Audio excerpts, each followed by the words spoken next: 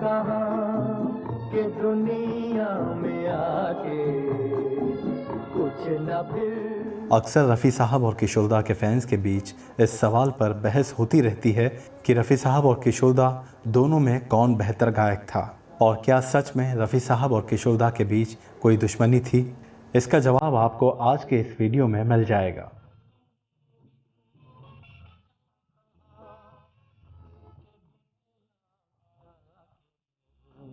इस वीडियो में दी जा रही इन्फॉर्मेशन उस वक्त के मैगजीन्स, आर्टिकल्स और इंटरव्यूज से ली गई है।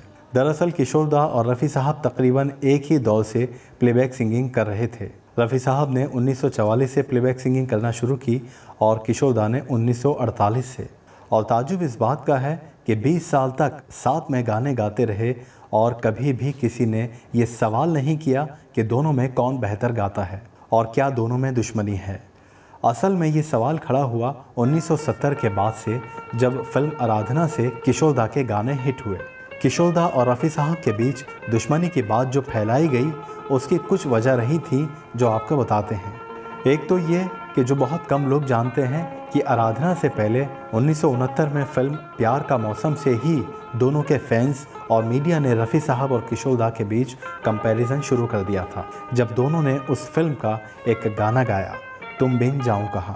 रफ़ी साहब ने शशि कपूर साहब और किशोरदा ने भरत भूषण साहब के लिए प्लेबैक किया। तुम बिन जाऊं कहाँ कि गाना बहुत हिट हुआ, लेकिन दोनों के चाहने वालों ने ये कहना शुरू किया कि रफ़ी साहब ने बेहतर गाया है, और वहीं किशोरदा के चाहने वालों ने ये कहना शुरू किया कि किशोरदा ने बेहतर गाया है। तुम बिन जाऊं कहाँ। मीडिया उस दौर में भी खबरों को मसाला लगाकर छापने की कोशिश करता था। कई फिल्मी मैगजीन्स ने रफ़ी साहब और किशोरदा के बीच इस गाने के बाद कंपैरिजन करना शुरू किया, और साथ में ये बात भी फैल गई कि दोनों एक दूसरे से जलते हैं, जबकि ऐसा कुछ भी नहीं था। लेकिन जिस बात ने आग में घी डालने का काम किया वो थी फिल्म आराधना की कामयाबी। किशोरदा रातों रात स्टारडम पर पहुंच गए थे। आराधना के बाद अमर प्रेम, दो रास्ते जैसी फिल्में हिट हो गईं और किशोरदा की कामयाबी के चर्चे होने लगे। मीडिया ने यह कहना शुरू कर दिया कि रफ़ी साहब का करियर अब किशोरदा ने ख़त्म कर दिया।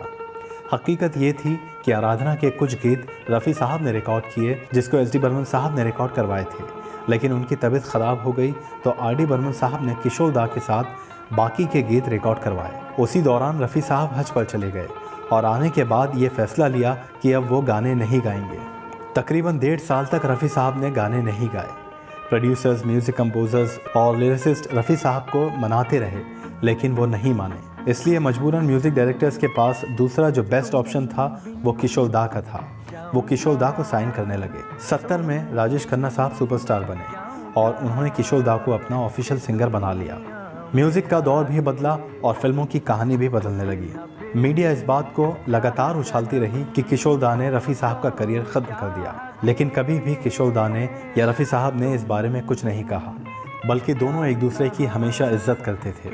रफ़ी साहब ने जब दोबारा गाने का फ़ैसला किया तो शुरुआत में उन्हें काफ़ी परेशानी हुई। उनका काम कम हो चुका था, लेकिन रफ़ी साहब ने 2 से 3 सालों में फिर से अपना वही मकाम बना लिया जो पहले था, और एक से एक हिट गाने गाए। नेशनल अवार्ड भी रफ़ी साहब को इसी किस्से के बाद मिला था। एक और बात जो जाहिर करती है कि दोनों के बीच कोई दुश्मनी नहीं थी, वो ये कि किशोरदा ने कई बार खुद कई गीतों के लिए रफ़ी साहब को बुलाया था और कहा था कि ये गाना सिर्फ रफ़ी साहब ही गा सकते हैं। और एक बात जो साबित करती है कि रफ़ी साहब और किशोरदा के बीच कोई दुश्मनी नहीं थी, वो ये कि खुद किशोरदा ने रफ़ी साहब के इंतकाल पर यह कहा था कि रफ़ी साहब एक अजीम गायक थे, मेरा उनसे कोई मुकाबला नहीं, वो मुझसे कई गुना बेहतर फ़नकार थे। मैं तो 1-2 तरह के अंदाज़ में ही गाने गा पाता हूँ, लेकिन वो 100 तरह के अंदाज़ से गा लेते थे, इसलिए वो हमेशा हमारे दिलों में रहेंगे। इतना ही नहीं, रफ़ी साहब के इंतकाल पर किशोरदा काफ़ी वक्त तक उनके पैर पकड़कर रोते रहे थे। इन बातों से ये पता चलता है कि दोनों के बीच दुश्मनी या मुकाबला सिर्फ मीडिया और कुछ फैंस का खड़ा किया हुआ था, जो आज तक चलता आ रहा है। लेकिन सच्चे संगीत प्रेमी और फ़नकार की कला को समझने वाले इस बात को जानते हैं कि दोनों ही फ़नकार अपने अपने फ़न में महारत रखते थे और दोनों ने ही एक से एक हिट गीत हिंदी सिनेमा को दिए हैं।